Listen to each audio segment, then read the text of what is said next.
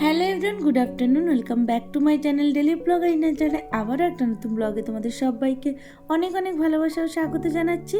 আশা করছি তোমরা সবাই খুব ভালো আছো, আমিও ভীষণই ভালো আছি। আর আজকের ব্লগটা দেখো, আমি একদম রাস্তা থেকে কিন্তু তোমাদের সাথে শুরু করেছি। এখন বাজে দুপুর 3টে মতো। আর এখন আমি কোথায় যাচ্ছি? এখন আমি যাচ্ছি বাড়িতে। মানে তোমাদের দাদাভাই আমাকে নিতে আসছে, ওই স্টেশনে দাঁড়িয়ে আছে। আর আমি দেখো মাম্মাকে নিয়ে লাগেজ নিয়ে একদম স্টেশনের উদ্দেশ্যে রওনা হয়ে গেছি। তবে দিদি দিয়ে আসতো, তবে কি হয়েছে বলো তো, গুড্ডু মাম ওরা একা বাড়িতে থাকবে, দিদি কী করে দিয়ে আসবে? সেই কারণে দিদি এসে টোটোতে তুলে দিয়ে গেছে। আর তাড়াতাড়ি করে টোটোটা পেয়ে গেছি। আর বেরোনোর সময় খুব তাড়াহুড়ো করে বেরোতে হয়েছে, তার কারণ হলো 3:40 ট্রেন আছে। তো ওই ট্রেনটা না ধরতে পারলে না অনেকটা লেট হয়ে যাবে, কারণ বাড়ি গিয়ে তোমাদের দাদাভাই আবার দোকান করতে যাবে। তো সেই কারণেই ভাবছি যে তাড়াতাড়ি করে যাই, গিয়ে যদি ট্রেনটা পেয়ে যাই। তো সেই কারণেই আর ভিডিও স্টার্ট করা হয়নি। আর সকালে তো মানে হঠাৎ করেই ঠিক হয়েছে বাড়িতে মানে ফিরবো সেই কথাটা। তো সেই কারণে সকাল থেকেও একটু ব্যস্তই ছিলাম, ভিডিও মানে করা হয়নি। আর আজকে যাওয়ার কিন্তু কোনো মানে প্ল্যানই ছিল না বলতে পারো। মানে পরের দিন মানে কালকে বাড়িতে যাব ভেবেছিলাম, তবে একটা দিন আগে তড়িঘড়ি করে বাড়ি ফিরতে হচ্ছে। তার কারণ হলো তোমাদের পরে বলবো যে কী কারণে তাড়াতাড়ি করে আমি বাড়িতে যাচ্ছি। আর দেখো এখানে আমি কিন্তু স্টেশনে চলে এসেছি। আর মাম্মা দেখো ওর পাপাকে এতদিন পরে পেয়ে ভীষণ খুশি, আর ওর পাপাও ভীষণ খুশি। তো বাবা মেয়ে মিলে দুজনে হাঁটছে দেখো। তো সেটা একটু ভিডিও করলাম। তো একটু পরেই আমাদের ট্রেনটা আছে। তো সেই কারণেই আমরা এখন ওই যে একদম ওই যে স্টেশনে মানে একদম প্ল্যাটফর্মের ওই শেষ মাথার দিকে যাচ্ছি। কারণ কি বলো তো, ওখান থেকে উঠলে না মানে আমাদের ওই স্টেশনে অটো স্ট্যান্ডটা একদম কাছাকাছি পেয়ে যাব। সেই কারণে ওই লাস্টের দিকে গিয়ে আমরা মানে ট্রেনে উঠি। তো এখানে দেখো যে ট্রেনটা ঢুকছে না, এটা হলো হাবড়া লোকাল। তো এই ট্রেনটা আবার একটু পরে ব্যাক করবে, কিন্তু তার আগেই আমাদের ট্রেনটা আছে 3:40-এ। তো এটা দেখাচ্ছিলাম যে তোমাদের দাদাভাইকে যে এই ট্রেনটায় উঠলে এটা বেশ ফাঁকাই পেতাম। তো বলছে হ্যাঁ, কিন্তু অনেকটা তো লেট হয়ে যাবে। কিন্তু সত্যি কথা জানো তো, মানে ওই 3:40 ট্রেনটা আমরা ধরতেই পারিনি। অ্যাকচুয়ালি মানে পেয়েছি, তবে এত পরিমাণে ভিড় ছিল, মাম্মাকে নিয়ে লাগেজ নিয়ে ওঠা একদমই সম্ভব ছিল না। তারপরে বাধ্য হয়ে আমরা সেই হাবড়া লোকালেই উঠেছি। বাড়িতে এসে ফ্রেশ হয়ে এই জাস্ট বসলাম, জানো তো, একটু চা করে নিয়ে বসেছি। মাথাটা একটু ধরেছে, কারণ এই যে রোদ্দুরের মধ্যে মানে রোদ্দুর অ্যাকচুয়ালি সেরকম ছিল না, তবে কি বলতো দুপুরবেলায় মানে খেয়ে দিয়ে তাড়াহুড়ো করে বেরিয়েছি, তো রেস্ট পাইনি, একটু শুতে পারিনি। তো সেই কারণে একটু ট্রেন জার্নি করে আসায় মাথাটা একটু ধরেছে। তো বাড়িতে এসে ফ্রেশ হয়ে মাম্মাকে ফ্রেশ করিয়ে দেন চা নিয়ে বসেছি, এখন একটু চা খাবো। আর ট্রেন থেকে নামার পরে ভিডিও স্টার্ট করতে পারিনি।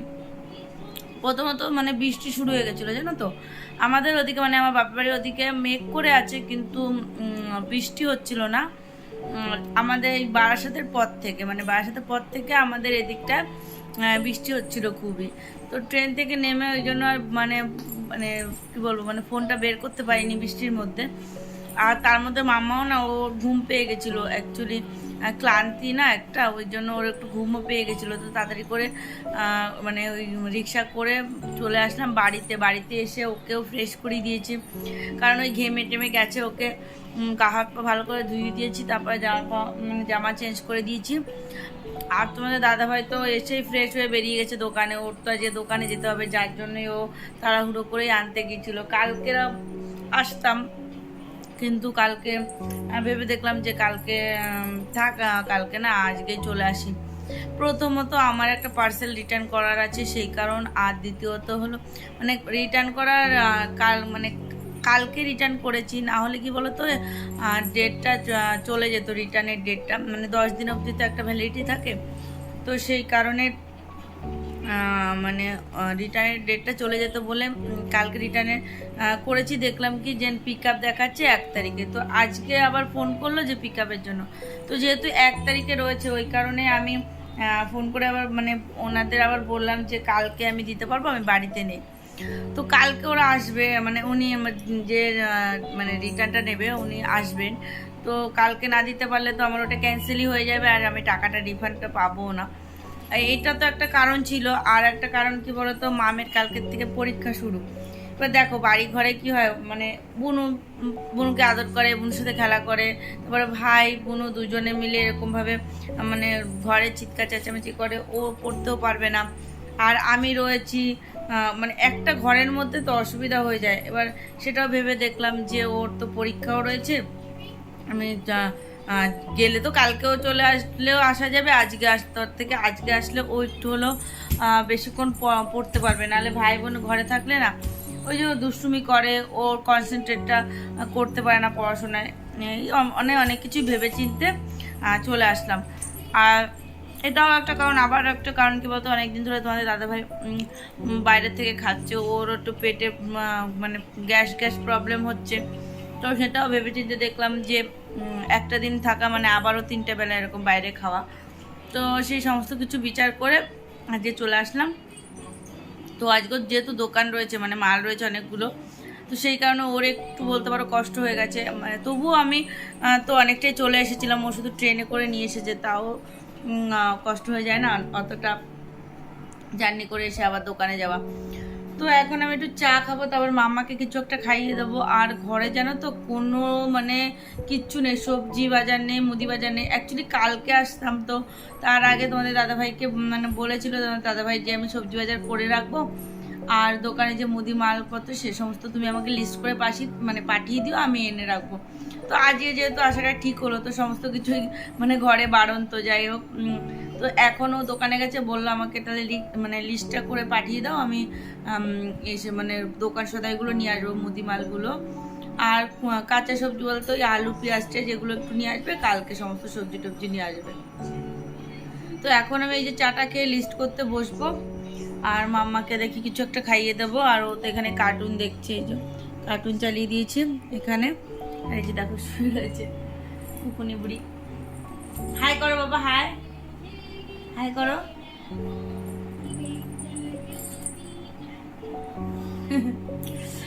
যাই হোক, অনেকটা করে চা করে নিয়েছি, এখন খাবো। আর জানো তো মনটা ভালো লাগছে না, মানে চলে তো এসেছি। আর তো এই দেখো এই যে চা করে নিয়েছি এখানে, তো চলে তো এসেছি, মনটা একদমই ভালো লাগছে না। গুড্ডু মা আমাদের জন্য মন খারাপ লাগছে, দিদির জন্য মন খারাপ লাগছে।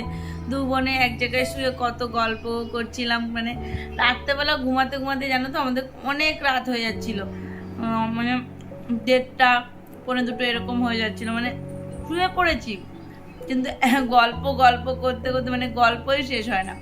যাই হয় মানে এতদিন পরে দিদি বোন এক জায়গায়, কত রকমের গল্প।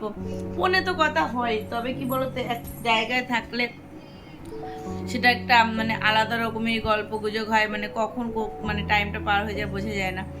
যাই হোক, দিদির মনটাও ভালো লাগছে না, ফোন করলাম, ও শুয়ে রয়েছে ঘরে, গুড্ডুটা ঘুমাচ্ছে, মাম গেছে পড়তে।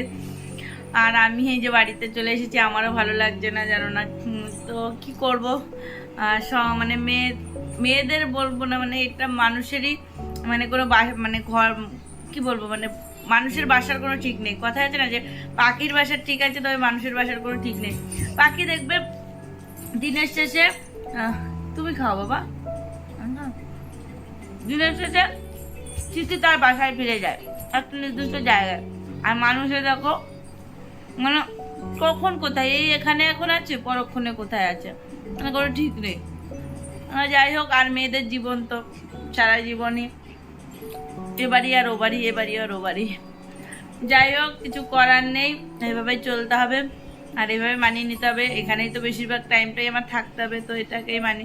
অ্যাকচুয়ালি কী হয় জানো তো, বাড়িতে গেলেও আবার এই মানে ওই বাপা বাড়িতে গেলে এইখানের কথা আবার মনে পড়ে, মানে ওখানে বেশি দিন থাকতে পারি না, আবার মনে হয় বাড়িতে কি হচ্ছে না হচ্ছে, কি করছে না করছে, আবার তখন মনটা খারাপ হয়। তো এখানে চলে এসছে, আবার ওখানে জন্য মন খারাপ হচ্ছে। এই মানে কি বলবো, মনের উপর তো কোনো জোর নেই, মনটা এরকমই। এখন তো এই মানে এখন এর জন্য কষ্ট, তো তখন তার জন্য কষ্ট। যাই হোক, ওখানে গেলে এখানের জন্য মানে মন খারাপ করতে থাকে, কখন আসবো কখন আসবো। চলে এসছে, আর এখন দেখো ওখানের জন্য মন খারাপ হচ্ছে। যাই হোক, দেখো এই যে এই নাকেরটা কিন্তু আমি নিয়েছি, ঠিক আছে, কেমন হয়েছে বলো, বুঝতে পারছো কিনা, দাঁড়াও কাছে নিয়ে দেখাই।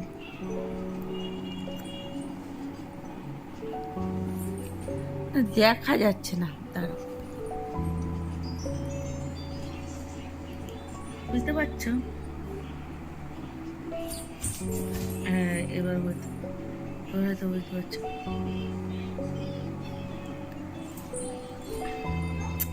বোঝাতেই পারছি না, এই নাকের ভিডিওর মাধ্যমে না নাকের ডিজাইনটা ঠিক বোঝাতে পারছি না যে কেমন ডিজাইন। তো তোমাদের একটা ফটো তুলে আমি শেয়ার করে দেবো। তো এই ভিডিওর মাঝখানে তোমাদের একটা ফটো তুলে শেয়ার করে দেবো, ওটা দেখে তোমরা বলো যে নাকের তার ডিজাইনটা কেমন হয়েছে। অবশ্যই কিন্তু কমেন্ট করে জানিও কেমন হলো, ভালো না খারাপ অবশ্যই কিন্তু কমেন্টে জানাবে। হ্যাঁ, মানে ওই আগের নাকেরটা মামা ভেঙে দিল না, তো এই নাকেরটা নিয়েছি। মানে খেলতে খেলতে জামা দিয়ে এমন বাড়ি দিয়েছে, মানে কদিন আগে নাকেরটা নিয়েছিলাম, মাসখানেকও তো মানে মাসখানেকই হবে, হয়তো মাস দুয়েক এরকম হবে। তো নিলাম নাকেরটা, মাস দুয়েকই হয়েছে, মাম্মার জন্মদিনের আগে আগেই তো নিলাম। তো ওই যে খেলতে খেলতে জামা দিয়ে বাড়ি দিয়েছে, আর পুরো এই যে মানে নাকের যে ডাঁটাটা, হ্যাঁ বাবা, সেই ডাঁটাটা ভেঙে গেছে। তো সেটাকে আবার ঠিক করতে দিয়েছিলাম। হ্যাঁ মা, বাবা বাবা, হ্যাঁ বাবা বাবা বাবা, বাবা, ওই যে কার্টুন দেখছে ওখানে বলছে বাবা বাবা। তো ওইটাকে ঠিক করতে দিয়ে দেখছি কি না কিরকম একটা যেন হয়ে যাচ্ছে, মানে ওই সেরকম ফিনিশিংটা আসছে না। তো সেই কারণে আর তাড়াহুড়ো রয়েছে, বলছিল রেখে যাও তাহলে করে দেবো। তো তাড়াহুড়ো হচ্ছিল বলে মানে চলে আসবো না, রেখে আসলে কে আবার নিয়ে আসবে। তো দিদি আসবে যদিও কটা দিন পরে, সপ্তাহ দুয়েক পরে হয়তো দিদি আসবে, দিদি দরকার আছে একটু, তো সেই কারণেই আসবে। মানে আমাদের বাড়ি অ্যাকচুয়ালি দরকার না, ওর দরকার আছে একটু, বারাসাতে একটু দরকার আছে, তো সেই কারণে ও আমাদের বাড়িতে আসবে, দুটো দিন থাকবে, তারপরে আবার চলে যাবে। তো মানে যেটা বলছিলাম, তো এটা ভেঙে দিয়েছে, তো নাকেরটা রেখে আসার মতো মানে সময় ছিল না। তো তাই নতুন নাকের দিদি বললো তাহলে নতুন নাকেরই নিয়ে নে, তো নতুন নাকেরটাই নিয়ে নিলাম। আর শুধু মেকিং চার্জটাই দিতে হয়েছে, কারণ যা সোনা ছিল সেই সোনার মধ্যেই নিয়েছি, 500 টাকা মেকিং চার্জ নিয়েছে, ওটাই দিতে হয়েছে জানো তো। তবুও গায়ে লাগে না, দেখো নাকেরটা কদিন আগে নিলাম, 500 টাকা এক্সট্রা করে দিতে হলো। আর গলাটার যে কি হয়েছে, গলাটা একদম মানে বিচ্ছিরি রকম লাগছে। যাই হোক, দেখো চাটা তোমাদের সাথে কথা বলতে বলতে ঠান্ডা হয়ে যাচ্ছে, গরম গরম চা না খেলে না মাথা যন্ত্রণাটা মানে ছাড়বে না। তো চলো আমি চাটা খেয়ে নিই। তো দেখো এখানে তোমাদের দাদাভাই বাড়ি চলেও এসেছে, আর আসার সময় সমস্ত দোকান সদাইগুলি মানে মুদিমালগুলো সমস্তটা নিয়ে এসেছে, যা যা আমি লিস্ট করে পাঠিয়েছিলাম সব কিছু নিয়ে এসেছে। আর আসার সময় 1 প্যাকেট বিরিয়ানিও নিয়ে এসেছে। তার কারণ হলো, বললামই তোমাদের যে ঘরে সেরকম কিছু রান্নাবান্নার নেই, তো 3টে আলু ছিল, তো সেই 3টে আলুকে এখানে সিদ্ধ দিয়ে দিয়েছি, মানে সিদ্ধ ভাত করে নিয়েছি। আর 1 প্যাকেট বিরিয়ানি এনেছে, তাহলে কী হবে বলো তো, মানে দুটো একসাথে করে, একসাথে বলতে ধরো আলু সিদ্ধ দিয়ে ঘি দিয়ে তোমাদের দাদাভাই কিছুটা ভাত খেয়ে নেবে, আর কিছুটা বিরিয়ানি খেলে ওর হয়ে যাবে। আর আমি ধরো বিরিয়ানি খেয়ে নিলাম, কারণ আমি ওই ঘি তো খাই না, আলু সিদ্ধ দিয়ে খেলেও বা খেতেও পারি, তবে মাম্মাকে তো বিরিয়ানি দেবো না, ওকে ওই আলু সিদ্ধ দিয়ে ভাত খাইয়ে দেবো। তো যাই হোক, চলো ভিডিওটা আজকের মতো এখানেই শেষ করলাম। ভিডিওটা তোমাদের কেমন লাগলো অবশ্যই কিন্তু কমেন্ট করে জানিও, আর ভিডিওটা ভালো লাগলো অবশ্যই একটা লাইক করে দিও। নতুন বন্ধুরা তোমরা প্লিজ আমার চ্যানেলটা সাবস্ক্রাইব করে দিও। তো চলো টাটা, সবাই সুস্থ থেকো, ভালো থেকো, আবারও চলে আসবো কালকে নতুন ব্লগ শেয়ার করতে।